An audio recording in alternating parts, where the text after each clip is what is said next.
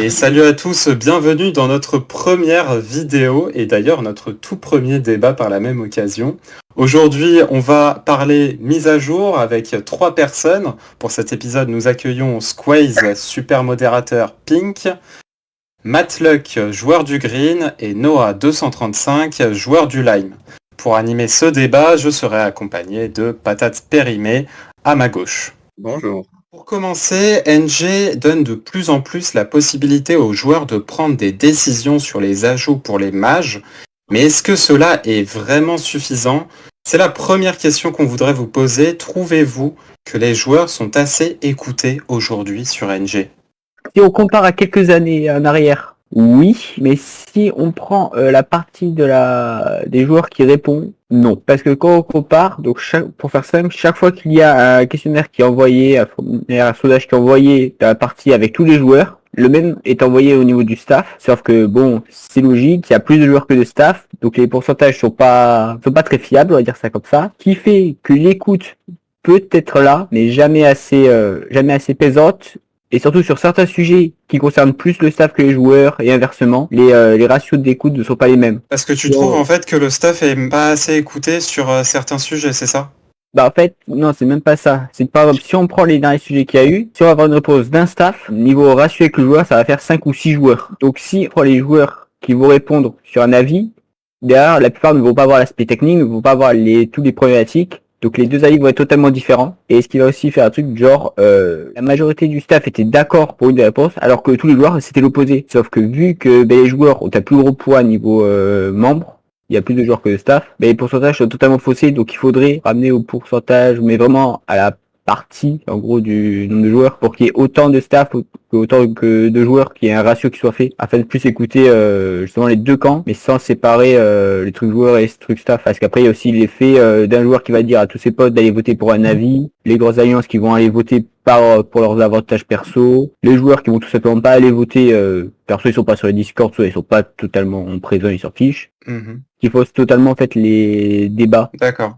Est-ce que quelqu'un voudrait réagir par rapport à ça? Peut-être Noah? Je ne sais pas si tu as un avis. Je pense que souvent le staff, ils prennent des décisions en fonction de ce qui les arrange. Par exemple, si un staff il est dans une alliance, il va aller prendre une décision qui va arranger cette alliance. Et du coup, il va pas écouter l'avis des joueurs qui sont ennemis avec lui. Et tu as des exemples à donner par rapport à ça ou c'est juste comme ça? Je trouve que c'est de mieux en mieux au niveau du staff, puisque ils demandent l'avis. Il y avait déjà les réunions admin avant où ils faisaient un post forum où ils demandaient des avis. Je pense que NG ils ont compris que s'ils écoutaient jamais les joueurs, ça deviendrait de pire en pire, quoi. D'accord. Et par exemple, là on a eu un cas où l'avis des joueurs a été demandé, mais au final c'est l'avis du staff qui a primé.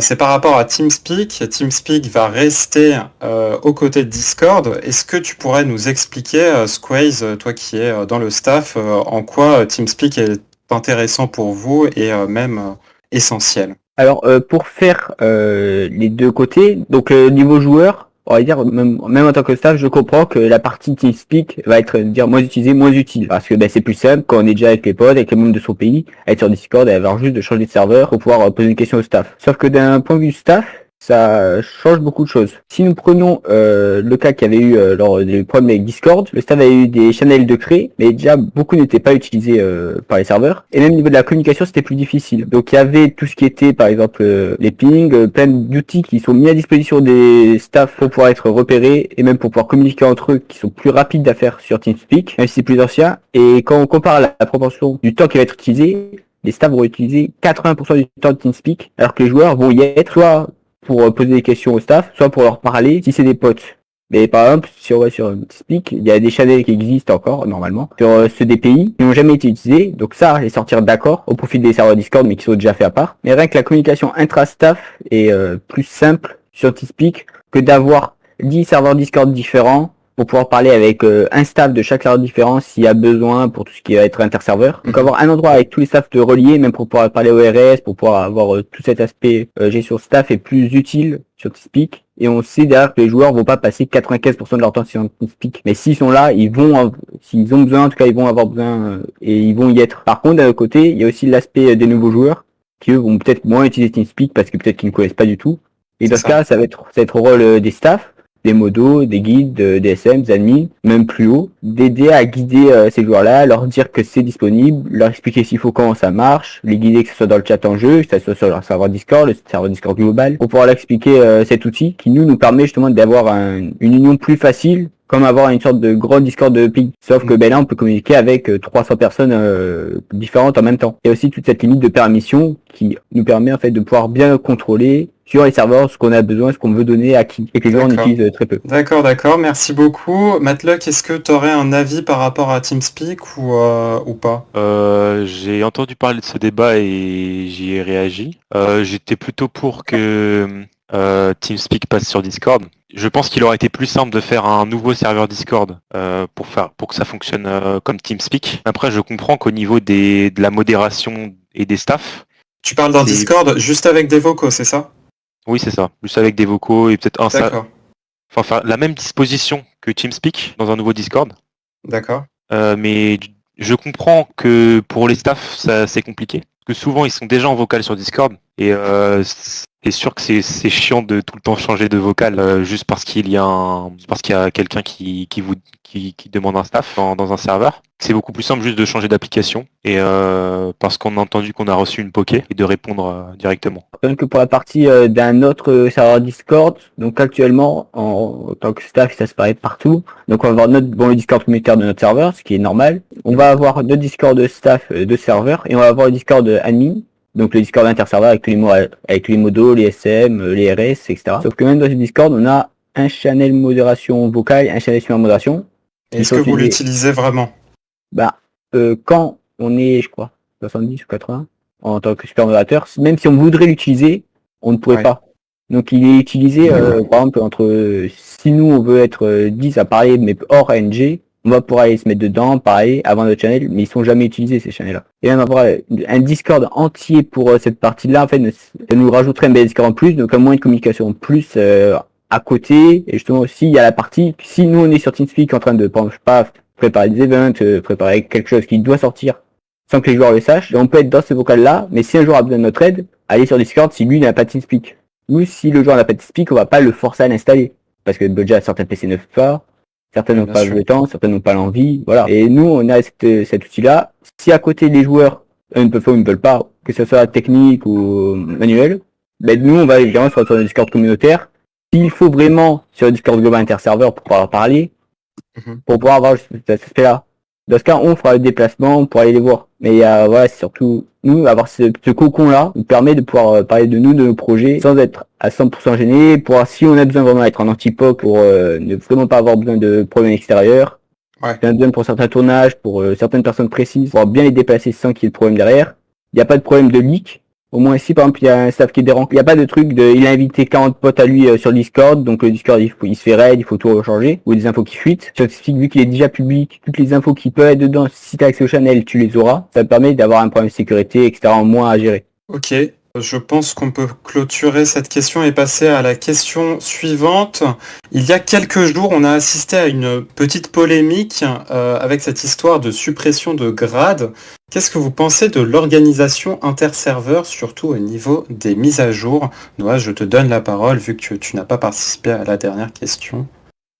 Moi, je pense que c'est pas mal puisque ils font quand même pas mal de communication avant la mise à jour. C'est vrai que des mises à jour, souvent ils l'utilisent plusieurs mois, voire des années avant. Parfois, c'est peut-être un peu trop en avance qu'ils l'utilisent, comme les édicos. Mais ça s'est amélioré avec le temps ou pas? Je trouve que c'est bien, ils communiquent bien. Après, et ouais, ils ont demandé l'avis aux joueurs, par exemple pour la dernière mage avec les guerres. Je trouve que ouais, ça s'améliore. Ils font. Par exemple, je sens que la première mage assaut, ils l'avaient fait genre sans prévenir personne. C'était un peu du jour au lendemain, alors que là, ils prennent vraiment le temps de communiquer, même avec le Mocha, ils communiquent beaucoup avant de le sortir. Matluck, peut-être un avis sur la question? Je trouve que l'organisation au niveau des mises à jour, elle est plutôt bien faite. Malgré le fait que vous avez parlé des grades, je pense qu'il aurait fallu attendre encore un peu avant de révéler cette information. Parce que elle fait très polémique. Enfin, déjà, ils vont enlever le grade héros. C'est Mister Sand qui l'a dit dans son live. Donc, ça se Et fera vous sûrement. pensez que tout ça c'est vrai? Ah bah, j'étais sur son live quand il l'a dit. Donc Et, c'est possible. c'est très fortement possible. Et on a aussi vu l'obtention des nouveaux grades suite à la nouvelle boutique. Mhm. C'était 12 mois, 24 mois et 48 mois, donc 1 an, 2 ans et 4 ans. C'est ça. C'est la durée de rachat d'un grade. Donc, ils ne seront plus à temps illimité, mais limité. C'est ça. Vous avez t'as un avis sur la question? Bah, je pense que ils vont sûrement supprimer les grades qu'on a actuellement pour Alors, les remplacer ça a par été par ceux-là. confirmé, hein, ils ont dit que non, hein. Ça a été Alors, confirmé par Ibalix et par Grégo. bah, moi, je vous dis qu'on verra dans 1 an. Mais Ok. en fait, ouais, c'est surtout que, alors pour la partie avec Mister Sand, la communication sur le coup là, ça a vraiment foiré parce que ben normalement justement comme moi aussi j'étais sur live à ce moment-là, mais quand il y a le cas de le cofondateur qui dit que ça va arriver, qu'il va y avoir ce changement là, qui montre les changements sur le coup, dire en tant que joueur, en tant que staff ou un joueur, on doit se dire ok si c'est le cofondateur qui le dit, c'est censé être vrai, ça veut dire qu'il est censé être mis d'accord avec Ibalix, avec tout le reste du staff. Sauf que justement ça a été démenti par Ibalix, il y a eu plusieurs demandes de plusieurs admins et responsables interserveurs, donc ça a été démenti par Ibalix, par Grégo et plein d'autres. Pour la partie d'achat, il y avait aussi l'histoire de ceux qui avaient acheté le grade avant, donc ceux qui avaient déjà un grade, ils les auraient gardés à vie, enfin ils les auraient gardés vu qu'ils avaient déjà acheté avant, c'est dommage. Donc à la fois ça aurait été, dire, normal vu qu'il avait pris avant, mais ça aurait aussi fait un décalage, un désavantage. Pour les nouveaux joueurs, supprimer un grade, ça aurait été quelque chose qui aurait été totalement bête, surtout même si ça soit le héros qui est moins utilisé, mais ça permet quand même aux nouveaux joueurs, aux joueurs qui ne sont pas sûrs de vouloir payer le prix d'un légende alors qu'ils sont même pas sûrs de continuer à jouer, qu'ils sont pas sûrs d'aimer sur un serveur. Donc avoir le prix héros, c'est moins cher pour justement avoir déjà quelques avantages pour tester, pour essayer, qui est déjà pas Donc mal. tu voudrais que le héros reste. Parce qu'on sait pas Ah s'il ben, va rester ou pas, voilà. hein, mais... Voilà. Bah, en fait, ça serait un truc logique vu tout ce qui est fait avec justement l'arrivée du Mocha. Les anciens joueurs, s'ils veulent payer un grade de premium qu'ils connaissent déjà, ils vont le payer. Par contre, les nouveaux joueurs, s'ils connaissent pas le serveur, payer un grade héros, avoir un grade moins cher, avec évidemment moins d'avantages, mais moins cher, ça leur permettra peut-être de, s'ils veulent essayer, avoir le championnat premium. Et si après plus tard, ils aiment, ils voient qu'ils ont passé, ils vont passer en légende ou en premium, comme ce que plein de joueurs ont déjà fait. Donc si tu fais un grade, même s'il rapporte moins, c'est bête parce que, en tout cas, la vie perso, ça donnera peut-être moins envie de joueurs de directement passer aux légendes, car plus cher, et donc l'investissement sur le temps, il sera peut-être plus long à prendre. Moi, je pense que c'est pas une si mauvaise idée que ça, puisque comme les grades ils sont plus illimités, leur prix il sera un petit peu réduit. Les fondas ils comptent sur les joueurs pour les racheter après, pour faire justement plus de profit. Et en même temps, comme les grades ils seront moins chers, ils seront sûrement au niveau du prix du grade héros. Du coup, il n'y aura pas forcément de répercussions pour les joueurs qui n'ont pas beaucoup d'argent à mettre dans le jeu. Donc est-ce que vous pensez que les joueurs qui vont aller sur le Mocha, par exemple, vont acheter un grade qui sera peut-être pas à vie? Est-ce que vous pensez que c'est possible que des joueurs fassent ça? Des anciens, bien sûr.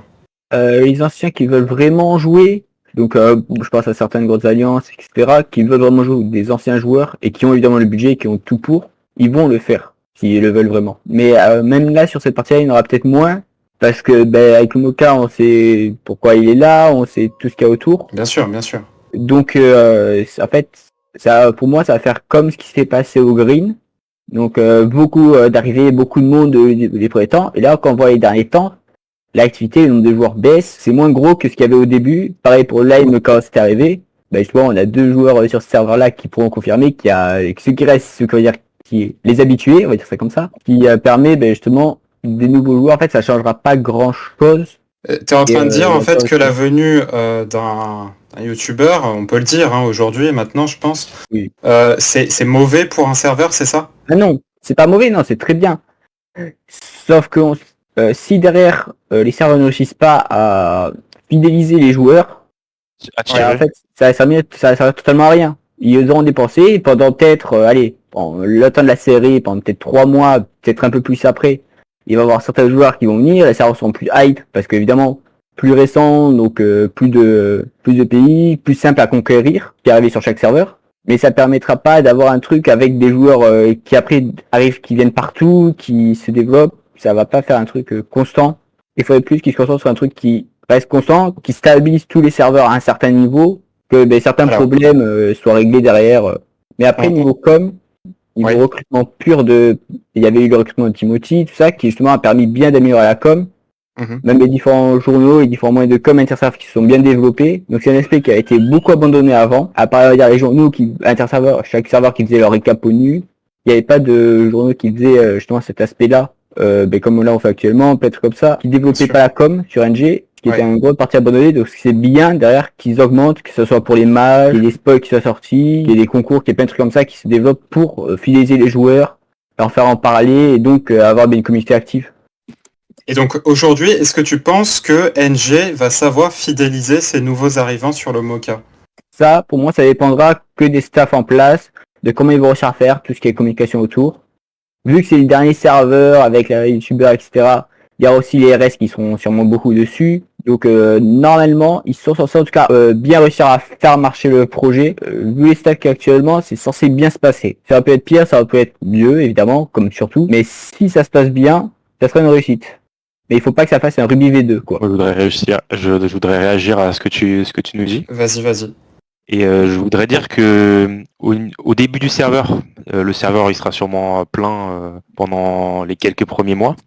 Ensuite, on aura le droit à l'arrivée de la boutique, la nouvelle boutique, donc qui va remettre les joueurs en place et leur offrir plusieurs récompenses, de par les loot box, les kits, tout ce qu'on peut acheter, même les spawners, tout ce qu'on peut acheter directement dans la boutique. Ah bah c'est toi, hein, mon petit patate. Ok, d'accord. Alors, cher joueur, y a-t-il une mise à jour sur laquelle vous n'êtes pas trop d'accord? Alors moi je trouve qu'il y a plusieurs mages qui à l'heure actuelle n'ont pas servi à grand chose, où il y a des aspects de la mage qui n'ont pas été exploités à leur maximum. Je pense à la mage antarctique qui n'a pas servi à grand chose pour l'instant, mais qui pourrait servir sur les nouveaux serveurs au niveau de l'électricité, du pétrole, parce que il y a beaucoup de pétrole en Antarctique, voilà. Mais sinon, sur les anciens serveurs, les pays servent pas à grand chose. Il n'y a personne qui crée des pays là-bas. La deuxième mage sur laquelle j'ai pas été satisfait, moi le boulanger du green, c'était sur les pains. J'avais fait des suggestions, mais elles ont été refusées. Je n'ai même pas eu de réponse. Au niveau des pains qui ne servaient à rien, comme le pain Aste 1 ou le pain ou les 3 premiers pains, te donnent autant de gigots que des steaks ou des côtes d'agneau ou de porc. Voilà, ça c'était mon mécontentement pour cette mise à jour là. La troisième, c'est pas vraiment une mise à jour, c'est plutôt des fix bugs au niveau de l'électricité que les développeurs essayent de régler depuis très longtemps, mais j'ai l'impression que ça n'avance pas beaucoup, ou que dès qu'il y a un bug qui est fixe, il y en a un nouveau qui apparaît. Ça, c'est Calentrium, non? Donc on a eu les câbles qui faisaient bugger, ensuite on a eu les switches, on a eu les bugs collector, il y a aussi un bug qui, normalement, les câbles prennent l'électricité de 25 panneaux, et ça en prend que l'équivalent de 13 ou 16, je sais plus exactement combien. Un bug encore sur à la fois les points électricité, c'est sur les incubateurs à poissons qui dépop quand on les alimentait et qu'on mettait des blocs de kelp séché à l'intérieur. Et encore un deuxième bug, celui-là n'a pas été réglé je crois, où quand la machine ne fonctionne pas mais qu'elle est alimentée, elle consomme quand même de l'électricité. Ça c'était pour l'électricité. Et le dernier truc c'était la R&D. Ça c'est un avis personnel, mais je pense qu'il y a des conditions qui ne sont pas mis au bon endroit. C'est pas que les conditions sont mauvaises, c'est qu'elles sont bien, mais pas au bon palier. Il y a des conditions, palier 8 par exemple, j'ai une bêtise, hein, palier 8 industrie qui sont plus faciles que palier 7. Surtout pour un nouveau serveur. La R&D, c'est un sujet qui revient souvent. Là, on est 3 autour de la table. Enfin, vous êtes 3 autour de la table. Et qu'est-ce que vous pensez en fait de cette R&D? Est-ce que vous trouvez, de manière plutôt générale, du coup, qu'elle n'est pas peut-être un petit peu abusée ou quelque chose comme ça? En théorie, c'est bien. Dans la pratique, c'est mal fait. Parce que, C'est-à-dire? en fait, ça oblige les joueurs justement à avoir des pays plus conséquents avec plus de membres, voilà. Donc, d'un côté, ça enlève à un certain nombre de pays qui étaient juste faits pour ne pas être disband et qui pouvaient quand même bien se développer. T'es obligé maintenant, pour pouvoir avoir un pays bien développé, de recruter, donc plus de risques de trahison, de tous les problèmes qui vont avec, de guerre, etc. Après, t'as certains points de la R&D, comme par exemple avec justement la mage qui est censée sortir le week-end, donc avec les répliques d'anti, qui lui en fait aide encore les gros pays, donc minimum militaire à 12 pour la réplique d'anti, qui en gros va aider les gros pays, mais les pays avec moins de R&D, donc sûrement moins de membres et moins développés, qui ne pourront pas réplique, car quand on voit des conditions comme il faut qu'ils aient un mois pour pouvoir passer payer 12, quand on voit les conditions rien que pour passer déjà au payer 11, toutes les conditions pour monter en un mois, ça ne peut ne pas se faire. Donc les gros pays qui vont anti et qui vont tenir des défis, qui n'auront pas les RT en fait, seront tout simplement, ils ne pourront pas se faire revanche et se prendre un contre anti. Et inversement, mais les plus petits pays ne pourront pas justement répliquer pour aussi eux se venger. Ça aidera encore les gros et donc les petits pays ne pourront pas développer et prendre encore plus de retard et ça en effet chamboule tout. Donc ça continuera. Donc sur un serveur qui pourrait aider les nouveaux joueurs justement à aller plus vite. Avoir un truc avec il faut un certain nombre de membres minimum pour ne pas être disband d'accord. Mais il y a des pays en gros on peut tout simplement pas avancer si on est 7 sur des conditions où il faut être 50 pour pouvoir le faire. C'est ça fait moins de pays en création, donc plus de territoire libre. Au niveau des notas, pour ça je vais pas me plaindre, on a moins de notas à gérer. Il y a tout ça qui en fait ne permet pas de pouvoir se développer. Et par exemple, mise à jour, il y a aussi ça avec les notas, les F points. En soi, la pratique, ça c'est super bien pour les staffs, pour pouvoir aller plus vite. Il n'y a plus besoin de poser des panneaux.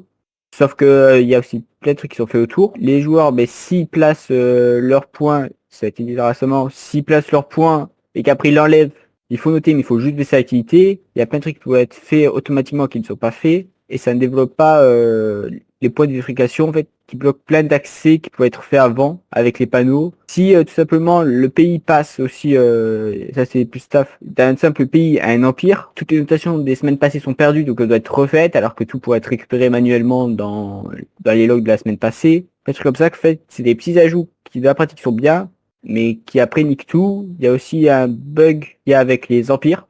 Certains pays qui passent empire perdent leur banque, tout simplement. La banque reste dans le pays initial. Donc par exemple, si on prend la France qui passe empire français et qu'ils ont 300 000 quand ils passent en France, l'empire français aura 0. Par contre, si nous derrière on regarde, la banque de la France aura 300 000. Donc ça c'est encore une action à faire. Il faut corriger pour leur repasser les 300 000, les enlever à la France. Tout ça qu'il faut en fait corriger. Donc ça permettra pas à avoir tout ça. Certaines mises à jour sont mal placées, sont pas prioritaires, donc ça permet pas de pouvoir développer certaines priorités précises qui pourraient justement elles bien améliorer tout le serveur. Ça cible que certains points et ça en oublie une autre partie. Et la plupart du temps ça a ciblé la partie des joueurs PvP, donc les joueurs qui ne sont pas des PvP, qui vont être plus tranquilles, on va dire ça comme ça, vont être abandonnés ou vont moins avoir de facilité à avancer. En parlant de la réplique anti, tu parles des pays plutôt axés PvP ou axés farm? En fait, il me semble qu'il faut un niveau très élevé de ouais, il faut R&D en toutes les R&D pour monter en la fait c'est ça le militaire. truc. C'est que c'est R&D 1012, sauf que pour être 1012, il faut avoir certaines R&D à haut niveau dans d'autres trucs. Faut s'acheter au jeu, quoi. Pour avoir Voilà, la ça. minute 12 ans. Oui voilà, déjà il faut jouer au jeu. Derrière ça, sur le coup, il faut jouer, c'est normal. Il faut pas que ce soit un gars qui arrive, qui a juste qu'on lui presse un outil qui tire pour avoir le badge, ça, c'est normal. Mais ça bloque les joueurs qui veulent juste s'installer sur un serveur, se développer, à pouvoir se dire, ok, je vise mon truc 12 pour pouvoir après me affronter contre un empire, contre un autre pays, avec justement là le missile. Car pendant ce temps-là, mais l'empire, l'autre pays, lui sera encore plus développé, aura encore plus de matériel, encore plus de ressources pour pouvoir encore plus l'anéantir avant même qu'il puisse y arriver. Donc il va faire abandonner, quitter les pays, en recréer un autre à part et recommencer ce cycle infernal. Donc, du En coup, plus, je sur parle minute 12, je crois des... que faut avoir la force nucléaire et tout, c'est hyper dur. Ouais, c'est ça. Et du coup, faut être technologie 6, technologie 5 ou 6. Donc faut aller Dora.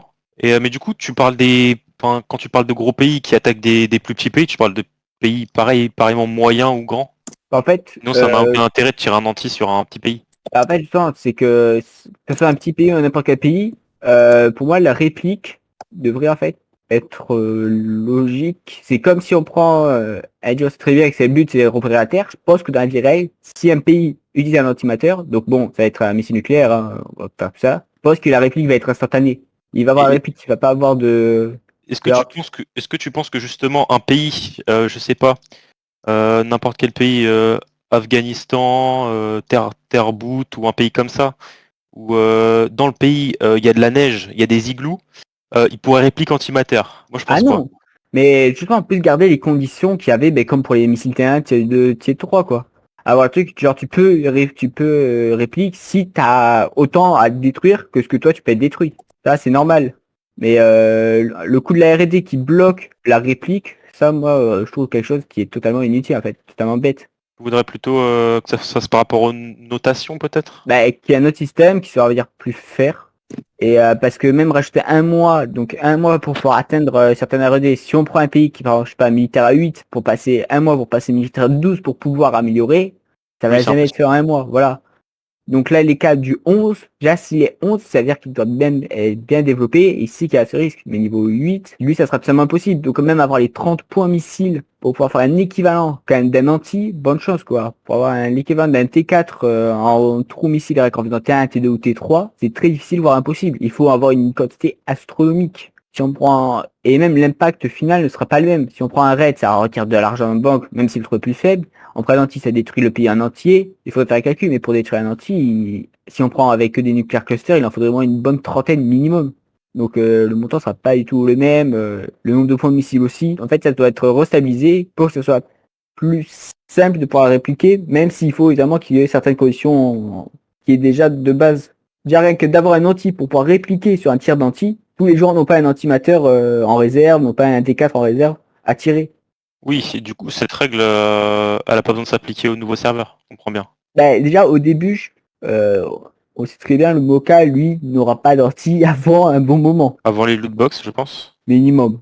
Quand on voit que même les serveurs déjà plus développés avant, donc que ce soit Blue, on prend les serveurs qui ont 10 ans, les serveurs qui ont 4 ans, etc. Ça a pris un bon moment avant de passer militaire 12. J'imagine pas un serveur qui part de zéro dans toutes les R&D. Et qui n'a évidemment les pays qui n'ont pas déjà des machines, etc. pour pouvoir aller plus vite. Et c'est quoi qui est compliqué à avoir dans la R&D militaire? T'es renseigné, je pense. Alors, dis un truc bête.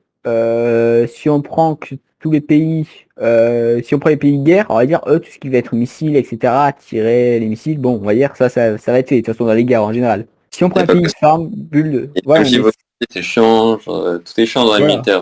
Ouais, c'est ça. Sauf quand il y a un pays chiant, militaire, le plus compliqué. Ouais, c'est pareil. bah, Là, je regarde un peu, déposer 10 pains énergisants, c'est pas compliqué. Oui, ah non, mais oui, sauf que pour déposer des pains, il faut avoir de quoi faire. Tu les bailles HDV. Oui, sauf qu'il y a plein de trucs, il y a plein de conditions avant, etc. à voir, il y a tout ça, en fait, c'est l'ensemble qui va jouer. Et oui, que les 10 pains, énergisants, oui, ça, tu les achètes HDV. Donc, c'est quoi le truc qui bloque vraiment la R&D militaire? Les blocs détruits, les T3 tirés, Redmatter tirés, anti-tirés. C'est où ça? Quel palier anti-raid? Anti-raid, c'est dans les paliers vraiment supérieurs. Après 30 au T3, je crois c'est militaire 10, 11, un truc comme ça. Ça en vrai, c'est pas compliqué, mais c'est pas facile non plus. Les blocs détruits avec que des T2, c'est pas facile. Pas mal de trucs qui sont vraiment chiants.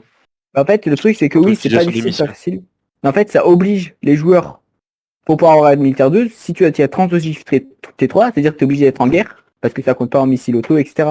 Donc, ça compte pas en auto-nuke, etc. Donc, tu es obligé d'être en guerre. Donc, tout ce qui va avec. Donc, pour un pays qui veut être farm, qui veut être tranquille, qui veut s'éloigner de ça, en fait, il ne pourra pas avancer dans ce domaine-là. Donc, faire un truc puisse être fait, on va dire, plus pacifiquement, parce que là, en fait, ça oblige même n'importe quel joueur qui veut se développer à être en guerre à un moment ou à un autre. En tant que les guerres traitées ont été retirées pour justement éviter les boosters RED, il n'y a plus aucun moyen, sans une vraie guerre, de tirer les 30 ogives, de faire toutes les conditions pour. Il y a encore une partie pour les joueurs qui veulent tout simplement pas guerre. Moi, quand j'étais joueur, je vais faire quoi, une guerre, et encore c'était même pas une guerre où j'étais vraiment en guerre. C'était une guerre c'était surtout beaucoup d'aides que je faisais. Mais en guerre pure, personnellement, j'avais jamais eu mon pays contre un pays indirect. Et là, on dit que si j'aurais été dans la même position maintenant, je pourrais tout simplement pas avancer aussi loin que ce que j'avais fait à l'époque. Donc, quoi, c'est un truc qu'il faut réussir en fait à restabiliser, à rééquilibrer dans les guerres en général, pour pas avantager les plus gros pays encore plus. Parce que ces pays-là ont déjà aussi les notes et ça. Contre ça, du coup? Soit un moyen alternatif, par exemple, je sais pas, il y a deux types de collisions. Soit si ton pays de guerre, voilà, qui tire 30 ogives, qui fait voilà tout ça, Bon, mais si c'était un pays farm, que t'es peut-être un équivalent, que genre, oui, ça s'attendrait peut-être à être ogive, ben maintenant on peut craft des missiles, il y a tout Et ça. les tirer, c'est les crafts en fait. Mais il faut Même tirer les 50 crafts, c'est T3 par compliqué. exemple. Ouais. Il faut tirer 50 T3 pour par exemple pour tirer un entier, c'est ça le truc. Donc, Et je sais pour pas, 3, faut détruire 50 000 blocs juste avec des T2 et des minecarts TNT, du coup ouais c'est chiant de ouf. ouais, c'est en fait qu'il y a des conditions qui soient justes, plus axées farm et moins guerre sur certains points. Vouloir faire les conditions bêtes, mais les conditions de kill, tu peux aller en Warzone, tu n'auras pas de conditions de guerre. Donc ça, les kills, on va dire, ça va aller. T'as juste à sortir Warzone. Pour la guerre, faudrait que ça soit moins, ça encourage moins le boost. Parce que là ça encourage beaucoup trop le boost, surtout sur les serveurs où il y a pas beaucoup de concurrence. Faut se boost pour avoir la R&D militaire. Du coup c'est un peu dommage quoi. Avec ses potes, faut se faire des assos entre eux et tout, c'est pas vraiment RP quoi. Tu demandes carrément un rework des conditions du coup. Ouais, certaines conditions qui doivent totalement être work, qui doivent bien être retravaillées sur Ok. certains points. Ok. Et plus penser à la partie moins joueur, enfin moins guerre. Quelqu'un a quelque chose à redire à propos de ça ou c'est bon? Bah moi je peux rajouter un truc. C'est que Vas-y. quand on m'a dit à quoi servait la R&D la première fois, on m'a dit que c'était pour rassembler les joueurs dans les mêmes pays et accomplir des objectifs. Tirer 1 milliard de T2, t'en tires un, t'as réussi l'objectif quoi. Pas besoin de tirer 2 milliards. Voilà. D'accord. Noah, quelque chose? Ah non, mais c'est ce que j'avais à dire sur la R&D. D'accord. Et toi, Squeeze? Non, Plus c'est rien? bon. Ok. Eh ben, on va passer dernière question. Donc, dernière question. Qu'est-ce que vous aimeriez voir arriver d'ici 2025 sur Nation Glory? Squeeze, une réponse? Franchement, ça a été dit au début. Certaines mises à jour avaient été annoncées à un moment, etc. On avait eu les tracteurs, mais bon, ça fait un moment que l'hélico est annoncé. On l'a vu sur plein de teasers, on l'avait vu bien. Un jour, peut-être le voir apparaître, le voir apparaître, qu'il puisse être utilisé au niveau militaire, qu'il puisse, voilà. Donc peut-être, ouais, un nouveau véhicule, puisse être utilisé. Soit pas l'hélico, mais un autre véhicule en général. D'accord. Matlock? Je pense que s'il veut un hélico rapidement, il aura un bike. Hein. Je pense que s'il devrait avoir un hélico, c'était une grosse mage. Et toi, Noah?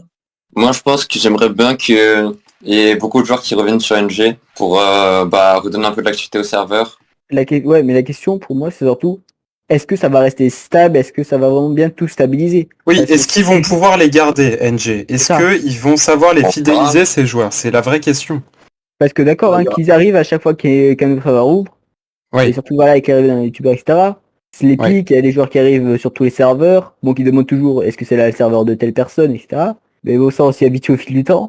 Mais ouais, surtout en fait qu'ils réussissent à fidéliser ces joueurs-là et que ça soit pas genre qui reste là le temps que le youtubeur fait sa série et dès qu'il arrête sa série, dès qu'il fait plus de vidéos, etc.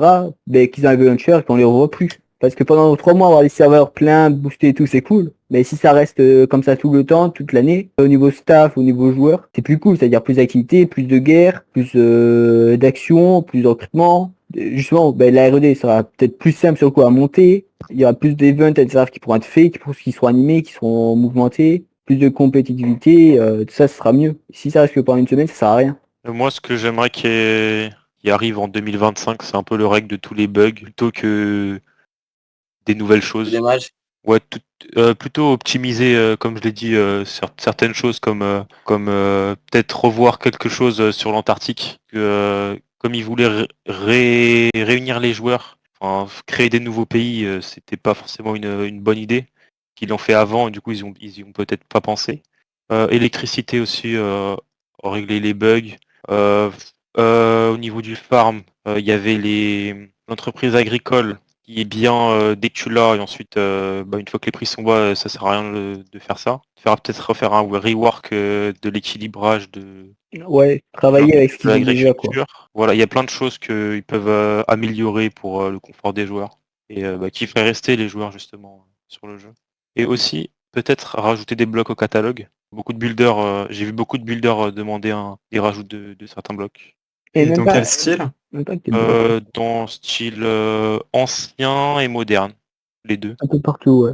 Mais en D'accord, fait, c'est ok. même pas surtout que rajouter même pas que rajouter des blocs, mais que ce soit par exemple sur NGI, que ce soit pour les builders sur chaque serveur. Il y a plein de commandes qui existent de base dans World Edit dont on n'a pas accès. Ouais. En fait, donner accès à ces commandes-là, par exemple, je pense bêtement, le debug stick pour pouvoir avoir toute cette partie-là, par exemple pour quand on fait un copy-paste des escaliers, quand on fait les rotates, que ce soit que ça se corrige ou qu'on ait des bugstick pour pouvoir nous le corriger nous-mêmes, pas besoin de les casser, les replacer, avoir tous ces problèmes-là à gérer. Moi, personnellement, j'ai pas de souci avec ça. Ok. Mais rajouter des petits items, quoi, des trucs comme ça qui peuvent aider les builders. En NG Sur Island. que ce soit NG Island ou même sur les serveurs, quoi. Parce que Ouais, déjà que sur tous les serveurs, trouver des builders c'est difficile. C'est les aider à avoir le matériel pour aller plus vite, à faire mieux, plus rapidement et dans de meilleures conditions. Ça aiderait tout le monde, les serveurs, les joueurs, les builders, etc. Après, ça va pas dans le but de rassembler des joueurs dans des mêmes pays. Ah oui, non mais ça c'est Les un autre bulles, truc. c'est trop facile, ça va poser problème. Oui, sauf que les builders, c'est la plupart ils sont en créatif, etc. Tu vois. Bien sûr, mais le but d'un serveur, c'est pas que les gens soient créatifs. Ah non. Mais ceux qui y sont, que ce soit même pour les staffs, avoir des trucs pour pouvoir aider, même pour, on dit que toi demain tu veux build, je sais pas, une ESCO, tu le fais sur NGI, tu vas pouvoir plus simplement gérer tout ce qui va avec. Pas avoir besoin de passer à 40 000 trucs, devoir besoin de faire des manips, tout ça pour pouvoir l'avancer. Pour après évidemment le refaire en survie classique, quoi, Ouais. C'est juste des outils NG Island que tu veux du coup. principalement. Ça peut être pas mal déjà. Je suis d'accord avec toi. Je ne build pas sur NG Island, mais si tu le dis. Eh bien, messieurs, c'est la fin de ce débat. Merci d'y avoir participé. Merci à vous qui avez regardé jusqu'au bout. Si vous avez des idées pour les prochains débats, n'hésitez pas à nous les mettre en commentaire. En attendant, je vous souhaite une bonne journée et n'oubliez pas de vous abonner et de liker cette vidéo. À bientôt.